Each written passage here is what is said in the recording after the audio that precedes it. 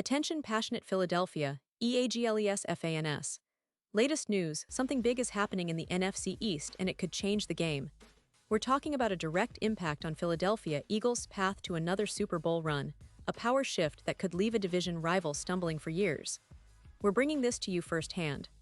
But before that, if you're a true Philadelphia Eagles fan, subscribe to the channel to strengthen this passion even more. Show that you're also part of this family. Let's help each other reach 1,000 subscribers. Share with YOUR, FRINDS and Philadelphia, EAGLES FANS. Let's get to the news. Now, folks, if you've been following the Eagles this season, you know that the team has been navigating through a series of ups and downs, injuries, and roster moves, all in pursuit of that elusive Super Bowl trophy.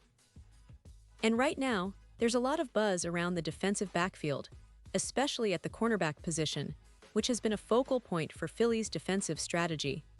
The team's recent moves, particularly involving Eli Ricks and the status of Adoree Jackson, have everyone talking about how the Eagles are managing their roster to stay competitive at the highest level. So, let's dig into what's been happening.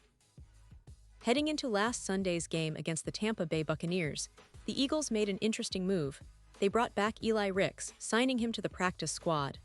Now, this wasn't just a routine call-up.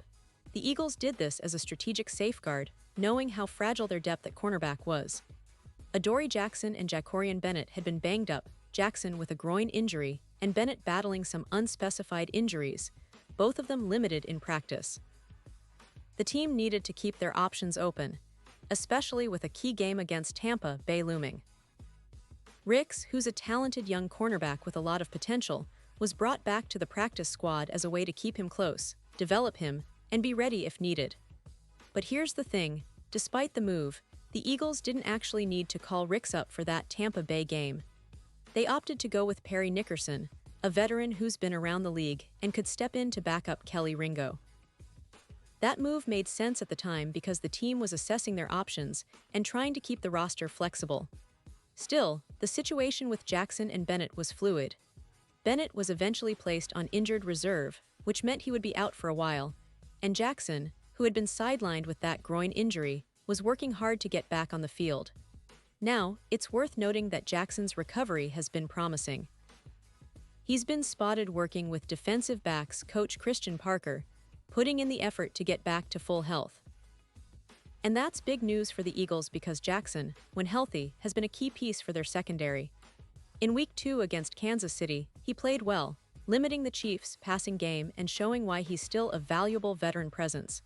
His performance earlier in the season was quite promising, especially after a tough Week 1 against Dallas, where he allowed 106 yards on just 6 completions, an outing that was less than ideal. But after that, Jackson really stepped up, allowing only 26 yards in Week 2 and 23 yards in Week 3, which highlights how effective he can be when healthy. Yet, even with that progress, nothing is guaranteed. The Eagles are in a tricky spot because they need to balance bringing Jackson back into the fold without rushing him and risking further injury. The coaching staff, led by defensive coordinator Vic Fangio, is carefully monitoring the situation. Fangio, known for his strategic mind and defensive prowess, has been vocal about the competition in the secondary. He mentioned that Kelee Ringo, who stepped in and played against Tampa Bay, might still have a shot at starting even if Jackson is ready to go. That tells us a lot about how confident Fangio is in Ringo's performance and the importance of capitalizing on his development.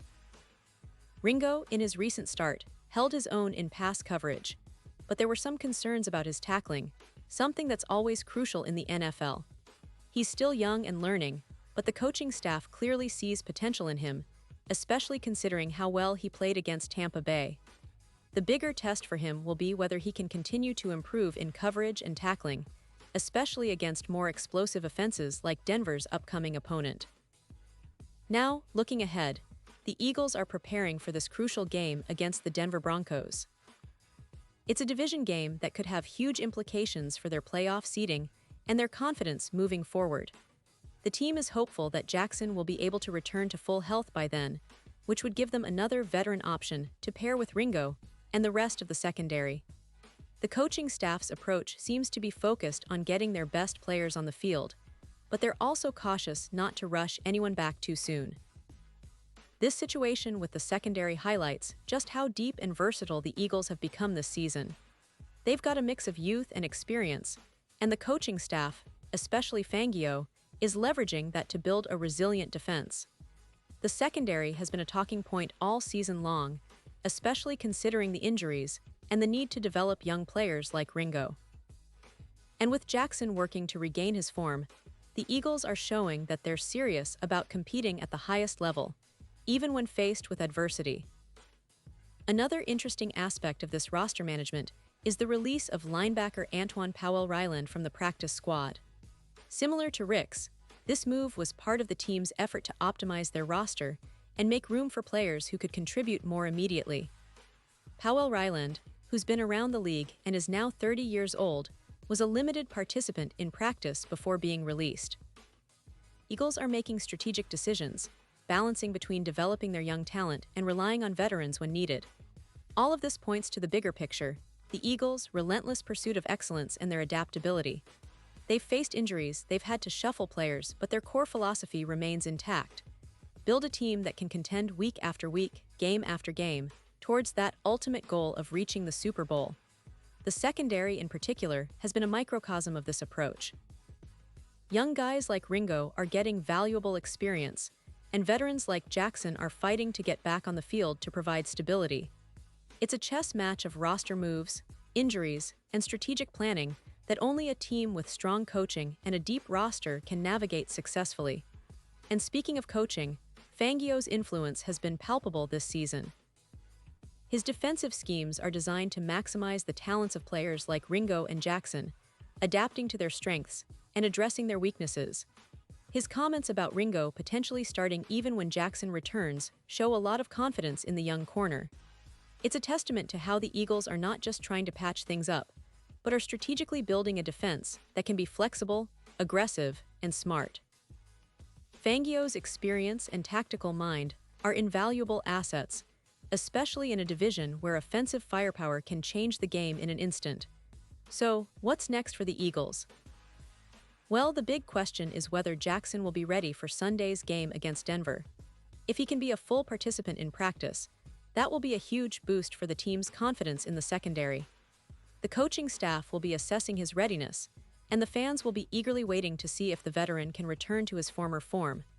If Jackson is back, the Eagles will have a more experienced, reliable cornerback to complement Ringo and bolster the entire defense. That could be the difference in tight games, especially against dynamic offenses like Denver's. But let's not forget, Ringo has shown flashes of promise that could give him a leg up in the competition. His performance last week against Tampa Bay was commendable, especially considering he was filling in for Jackson. Young players like Ringo are the future of the Eagles' secondary, and each game is an opportunity for him to prove he belongs at the top level. The coaching staff's patience and strategic planning will be crucial moving forward, especially as they aim to keep their defense tough against some of the best defenses in the league.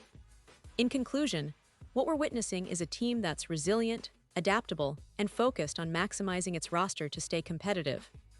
The moves involving Eli Ricks, the recovery efforts of Adoree Jackson, and the adjustments in the secondary are all parts of a bigger puzzle that the Eagles are carefully assembling. They're not just reacting to injuries or roster limitations, they're actively planning for the long haul, aiming for that Super Bowl glory once again. All of this under the leadership of head coach Nick Sirianni, whose vision for this team is clear: perseverance, smart football, and a relentless pursuit of excellence. So, Eagles fans, keep your eyes on this team. They're in the middle of a critical stretch, and every move, every play, and every recovery could be the difference between a playoff run and an early exit.